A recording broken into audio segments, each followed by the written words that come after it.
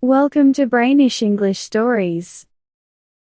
Causing cuts and wounds that led to death. This was the charge against Leopold Renard, an upholsterer, in the Court of Assizes. Around him were the main witnesses: Madame Flameche, the victim's widow, Louis Leduro, a cabinet maker, and Jean Durdant, a plumber. Next to the accused was his wife, dressed in black. She was a small, unattractive woman who looked like a monkey dressed as a lady. This is how Renard, Leopold, told the story. Heavens, it is a bad luck that I suffered from the most, and I didn't mean for it to happen. The facts speak for themselves, Mr. President. I am an honest man, a hard-working upholsterer. I have lived on the same street for 16 years. I am known, liked, respected, and esteemed by everyone, even the porter's wife, who is not always friendly. I love working, saving money, and spending time with honest people and good activities. That's what got me into trouble. But I still respect myself. Every Sunday for the last 5 years, my wife and I spend the day at Passy. We get fresh air and love fishing. We enjoy it as much as we love onions. Millie, my wife, made me love fishing. She is even more passionate about it than I am. But she is also the reason for this trouble, as you will soon see.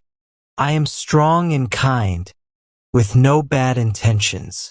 But my wife, oh dear, she is small and thin, but she causes a lot of trouble. I admit she has good qualities, which are important for my business. But her character, just ask anyone in the neighborhood, even the porter's wife who just scolded me. She will tell you. Every day, my wife would criticize my gentle nature. I wouldn't put up with this. I wouldn't put up with that. If I had listened to her, Mr. President, I would have been in at least 3 fights a month. Madame Renard interrupted him. And for good reasons, too. They laugh best who laugh last. He turned to her and said, "Well, I can't blame you since you weren't the cause of it." Then, looking at the president again, he said, "I will continue. We used to go to Passy every Saturday evening so we could start fishing early the next morning. It was a habit for us. 3 years ago, in the summer, I found a place. Oh, such a great spot. In the shade with at least 8 feet of water, maybe 10. A perfect spot for fish and a paradise for fishermen. I thought of that fishing hole as mine, Mr. President, because I found it first. Everyone in the neighborhood knew it. They would say, 'That is Renard's place.' Nobody would go there. Not even Mr. Plumeau, who is known for fishing in other people's spots. So I went back to this place that I thought was mine. As soon as we got there on Saturday, I got into Delilah with my wife. Delilah is my Norwegian boat, which I had built by Fournier. It is light and safe. Well, as I said, we got into the boat to set bait, and I am very good at setting bait. Everyone knows it. You want to know what bait I use? I cannot answer that. It has nothing to do with the accident. That is my secret. More than 300 people have asked me. They have offered me drinks and food to tell them. But just try if the fish will bite. Ah! They have tried to get my secret, my recipe. Only my wife knows, and she will not tell. Isn't that right, Millie?" The president of the court interrupted him. "Just get to the facts as soon as you can," and the accused continued. I am getting to them, I am getting to them. Well, on Saturday, July 8th, we left by the 5:25 train. Before dinner, we went to set bait as usual. The weather looked good, and I said to Mealy, "All right for tomorrow." And she replied, "It looks like it." We never talk more than that together. Then we went back for dinner. I was happy and thirsty, and that caused everything. I said to Mealy, "Look here, Mealy, it is fine weather. How about I drink a bottle of Kaskamesh? That is a weak white wine, we call that, because if you drink too much, it stops you from sleeping. Do you understand me?" She replied, "You can do as you please, but you will be ill again and not able to get up tomorrow." That was true and wise, but I couldn't resist, and I drank my bottle. That is where it all started. Well, I could not sleep. By Jove! It kept me awake until 2 o'clock in the morning, and then I went to sleep so deeply that I would not have heard an angel blowing a trumpet. In the morning, my wife woke me at 6 o'clock. I jumped out of bed, quickly put on my trousers and jersey, washed my face, and got on board Delilah. But it was too late.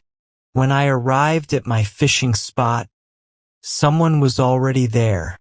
This had never happened to me in 3 years, and it felt like I was being robbed. I said to myself, "Confound it all! Confound it!" Then my wife started nagging at me. "What about your Kaskamesh? You drunkard! Are you happy now, you fool?" I couldn't say anything because she was right, but I landed near the spot and tried to fish there anyway. Maybe the man would catch nothing and leave. He was a little thin man in a white linen coat and waistcoat with a large straw hat. His wife, a fat woman, was doing embroidery and sat behind him. When she saw us take our position close to them, she murmured, "Are there no other places on the river?" My wife, who was very angry, replied, "People with good manners ask about the habits of the neighborhood before taking reserved spots." Not wanting a fight, I said to her, "Be quiet, Mealy. Let them be. We shall see."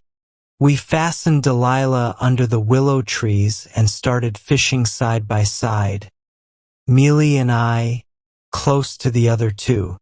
But here, sir, I must explain more. We had only been there for about 5 minutes when our neighbor's fishing line jerked twice, thrice, and then he pulled out a fish as thick as my thigh. Maybe a bit smaller, but almost as big. My heart beat fast, and sweat stood on my forehead. Mealy said to me, "Well, you drunkard, did you see that?" Just then Mr. Brew, the grocer from Poissy, who loves fishing, passed by in a boat and called out to me, "So someone has taken your usual place, Mr. Renard?" And I replied, "Yes, Mr. Brew. Some people do not know the rules of common politeness." The little man in linen pretended not to hear, and his fat wife too. Here the president interrupted him again. "Be careful, you are insulting the widow, Madame Flamche, who is here." Renard made his apologies. I am sorry. My anger got the best of me. Well, not even 15 minutes had passed when the little man caught another big fish, and another one right after, and another 5 minutes later. Tears were in my eyes, and I knew that Madame Renard was very angry. She kept on nagging at me. "Oh, how terrible! Don't you see that he is taking your fish? Do you think you will catch anything?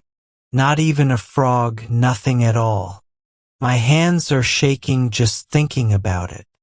But I said to myself, let us wait until 12 o'clock. Then this man will go to lunch and I will get my spot back. I always have lunch there every Sunday. We bring our food in Delilah. But at noon, the man took out a chicken from a newspaper, and while he was eating, he caught another big fish. Mealy and I had a little bite, just a bit, because we were too upset. Then I took my newspaper to help me relax. Every Sunday I read the Gil Blas in the shade by the water. It is Columbine's day, Columbine writes articles in the Gil Blas.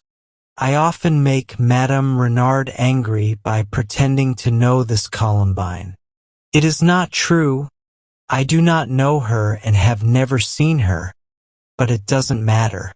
She writes very well and says things that are quite bold for a woman. I like her writing and there are not many like her. Well, I started to tease my wife, but she got very angry, so I stopped talking. At that moment, our two witnesses, Mr. Laduro and Mr. Durdant, appeared on the other side of the river. We knew each other by sight. The little man began to fish again, and he caught so many fish that I was very upset. His wife said, "This is a very good spot, and we will always come here, Desire." I felt a cold shiver down my back, and Madame Renard kept saying, "You are not a man. You have the blood of a chicken in your veins." Suddenly, I said to her, "Look, I would rather leave or I will do something foolish." And she whispered to me, as if she was putting a hot iron under my nose, "You are not a man. Now you are going to leave and give up your spot. Go then, coward." I felt hurt, but I did not move. The other man pulled out a big fish, bigger than I had ever seen. Then my wife began to talk loudly, pretending to think out loud. She said, "That fish is stolen because we set the bait ourselves. At least they should give us back the money we spent on bait." Then the fat woman in the cotton dress said, "Are you calling us thieves, madam?"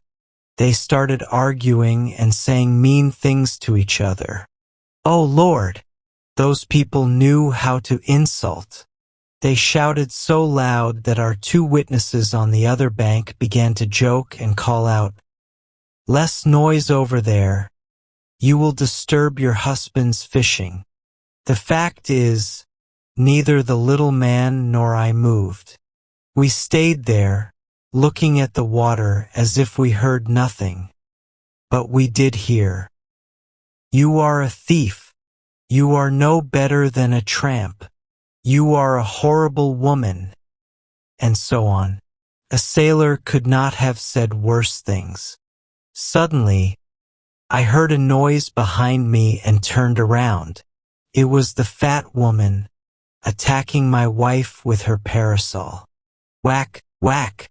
Mealy got hit twice, but she was very angry, and she hits hard when she is mad.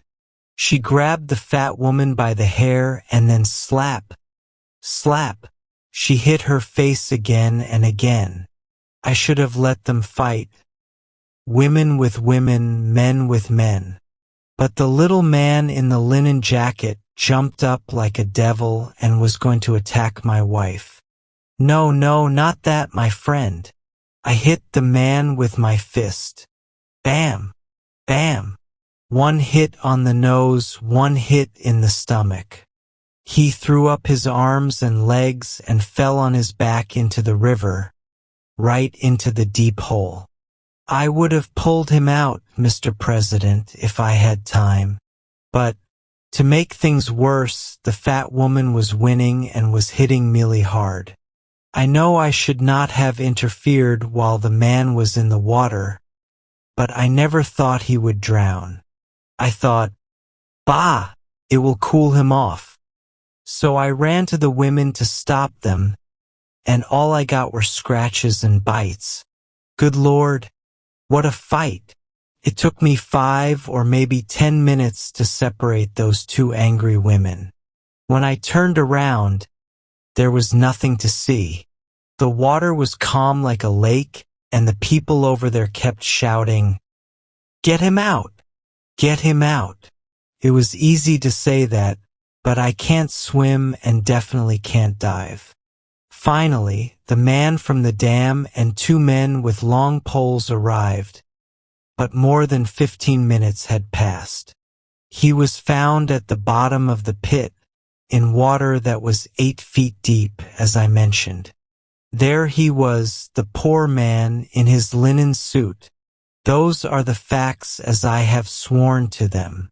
I am innocent, I swear. After the witnesses gave their testimony to the same effect, the accused was found not guilty.